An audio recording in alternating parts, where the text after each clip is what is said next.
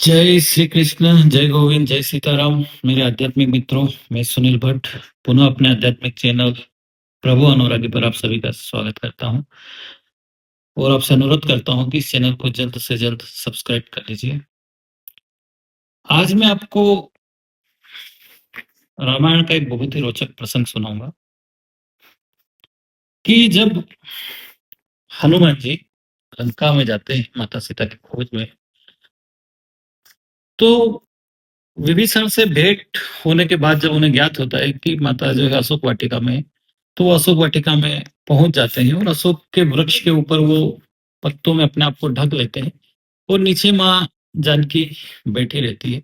तो वो रात्रि होने का इंतजार करते हैं कि यहाँ सब जब सुनसान हो जाएगा तब मैं माता से भेंट करूंगा।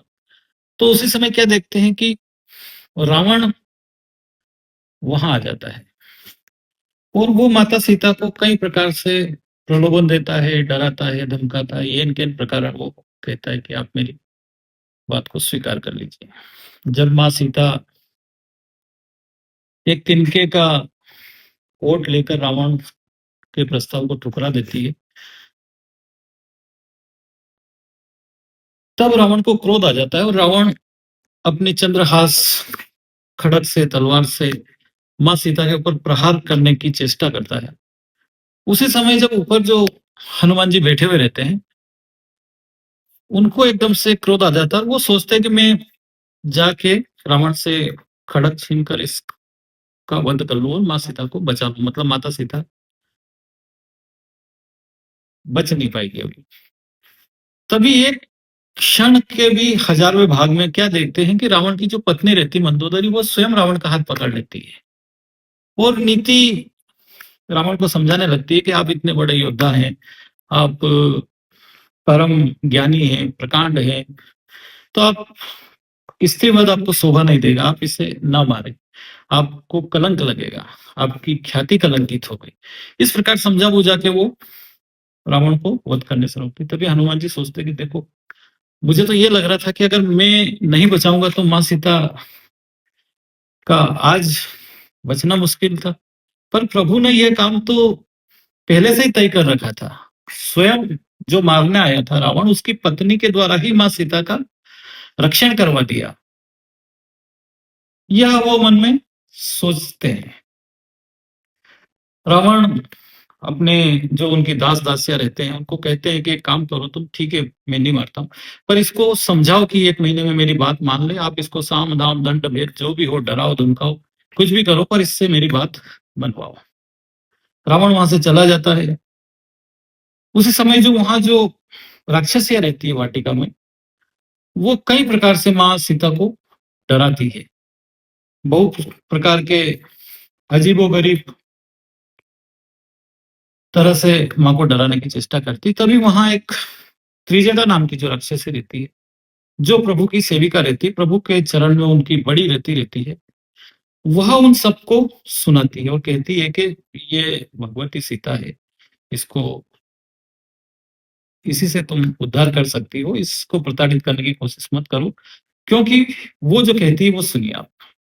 सुंदरकांड की चौपाई में ऐसा स्पष्ट कहा गया है कि त्रिजटा नाम राक्षसी एका, राम चरण रति निपुण विवेका, सबन बोली सुनाय सी सपना, सीता ही सही करव हित अपना। सपने वानर लंका जारी, जातु धान सेना सब मारी, खर आरूढ़ नगन दस सीसा, मुंडित सिर खंडित भुजबीसा। एहि दिशो दक्षिण दिश जाई, लंका मनहु विभीषण पाई, नगर फिरी रघुवीर दुहाई, तब प्रभु सीता बोली पठाई। और यह सपना में कहूं पुकारी, हो ही सत्य गए दिन चारी। अर्थात वो कहती है कि हे राक्षसियों, सीता को मत डराओ, मैंने आज सपने में बहुत अद्भुत चीज देखी कि यहाँ एक वानर आया और उसने इस लंका को जला दिया, और जो लंकाधिपति रावण है उनका सिर मुंडित है, दिशो भुजाएं खंडित है, और खर यानी गधे में बैठकर वो दक्षिण दिशा यानी यमपुरी की ओर जा रहे हैं, और लंका का राज्य जो है वो मनस्वी विभीषण को मिल गया है। और पूरी लंका में रघुवीर के नाम की जय जयकार हो रही है, उनकी दुहाई घूम रही है, और उसके बाद फिर प्रभु सीता जी को अपने साथ ससम्मान लेकर जाते हैं। इसलिए, और मैं ये कह रहा हूं कि ये सपना नहीं, ये सत्य होगा। दिन 4 बीतेंगे, उसके बाद ये सारी चीजें सत्य घटित होगी।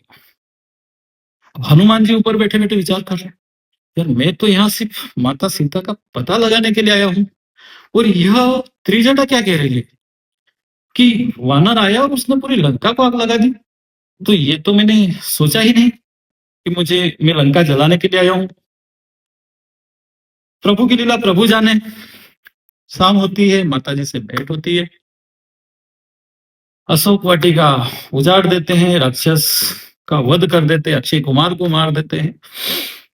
उसके बाद जब मेघनाद उनको नागफास में बांधकर रावण के सम्मुख ले जाते हैं और कई प्रकार से उनको प्रलोभन देते हैं, उनको डराने धमकाने की चेष्टा करते हैं और फिर कहते हैं कि एक काम करो, इस वानर को मार डालो। और जैसे ही राक्षस हनुमान जी पर प्रहार करने के लिए दौड़ने की चेष्टा करते हैं कि उसी समय विभीषण जी मंत्रियों सहित आ जाते हैं और वो कहते हैं कि नीति के विरोध है दूत को मारना, आप इसे ना मारे, अंग भंग करके कुछ और पनिशमेंट, कुछ और सजा आप इसको दे सकते हैं, पर आप दूत को मार नहीं सकते, क्योंकि अगर हम मार देंगे तो ये जाके फिर संदेश क्या देगा वहां। रावण को बात जम जाती है, रावण कहता ठीक है, नहीं मारते, एक काम करो, इसकी पूंछ में आग लगा दो, अंग भंग कर दो इसकी। वानर को पूंछ सबसे प्रिय होती है, तो इसकी पूंछ में आग लगा दो। हनुमान जी फिर मुस्कुराते हैं, बोले मैं यहाँ लंका में कहा घी तेल कपड़ा ढूंढता, ये व्यवस्था लंका को जलाने की व्यवस्था भी प्रभु ने डायरेक्ट रावण के द्वारा ही करवा दी। प्रभु आपकी माया आप जाने। और हनुमान जी प्रभु के प्रताप से लंका को जला देते हैं और उसी समय हरि प्रेरित ही अवसर चले चले मरुत 49 अट्टहास करी गर्जा कपि बड़ी लाग आकाश। और उसी समय हनुमान जी कहते हैं कि हरि यानी प्रभु की प्रेरणा से 49 प्रकार की वायु एक साथ चलती है और देखते ही देखते पूरी लंका पूरी स्वाह हो जाती है। मंदिर थे मंदिर चढ़ाई और पूरी लंका को जला देते हैं विभीषण को घर को छोड़कर। तो हम ये कभी ना सोचे कि मैं ना होता तो क्या होता। प्रभु ने सारा बंदोबस्त पहले से कर रखा है, ना मैं खास हूं, ना मैं अति विशेष हूं, बस जो भी हूं प्रभु का दास हूं। यह बात हमेशा हम अपने मन में बिठा के रखें, अपनी गांठ बांध ले। इसी परिप्रेक्ष्य में एक और छोटा सा किस्सा मुझे याद आ गया, जो मैंने कहीं से सुना था कि एक बड़ा आदमी रहता है, बड़ा व्यापारी रहता है, कोई ऐसा कारण बनता है कि उसको एक रात में नींद नहीं आती है। रात की 10 बज गए, 11 बज गए, 12 बज गए, नींद ही नहीं आ रही, बड़ी बेचैनी हो रही है। नींद क्यों नहीं आ रही, नींद क्यों नहीं आ रही।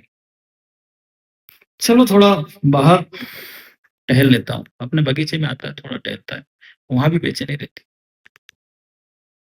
सिक्योरिटी को बोलता है कि काम करो, गेट खोलो। अपनी कार निकालता है पार्किंग से, थोड़ा सड़क पे घूम के आता हूँ गाड़ी से। कार लेकर वो शहर में घूमने जाता है, इस रोड से उस रोड घूमता है, बेचैनी बनी रहती है। अचानक से वो एक मंदिर के सामने से गुजर रहा होता है, तो उसको लगता है कि यार चलो यहाँ शायद शांति मिल जाए, भगवान से मिल लेते हैं। मंदिर खुला हुआ दिखता है, अंदर जाता है तो क्या देखता है कि प्रभु के पास पहले से एक व्यक्ति बैठा हुआ है और अश्रुधार गिर रही है, वो प्रभु से विनय कर रहा, हाथ जोड़ रहा, रो रहा प्रभु से। उस सेठ से रहा नहीं गया, पूछता है भाई क्या हुआ, तुम रात की 1 बजे क्यों रो रहे हो। वह आदमी कहता है कि प्रभु मेरी एक ही संतान है और वो कोई भयंकर रोग से ग्रसित हो गई और डॉक्टर ने कहा है कि कल सुबह अगर तुमने पैसे जमा नहीं करवाए 2 लाख रुपए तो ऑपरेशन नहीं होगा, तुम्हारा जो संतान है वो मर जाएगी। तो मेरे पास तो पैसे की व्यवस्था है नहीं। सेठ चूंकि ये तो रहता कंजूस है, पर मंदिर में जो कॉस्मिक एनर्जी रहती है उसके प्रभाव से, मंदिर की शांति के प्रभाव से उसके मन में दया आ जाती है और वो कहता है कि तू चिंता मत कर, मैं कुछ व्यवस्था करता हूँ। वो अपनी कार में जाता है, अपनी चेकबुक निकालता है और 2 लाख का चेक बना के उसको दे देता है, ये ले तेरे बच्चे का इलाज करवा ले।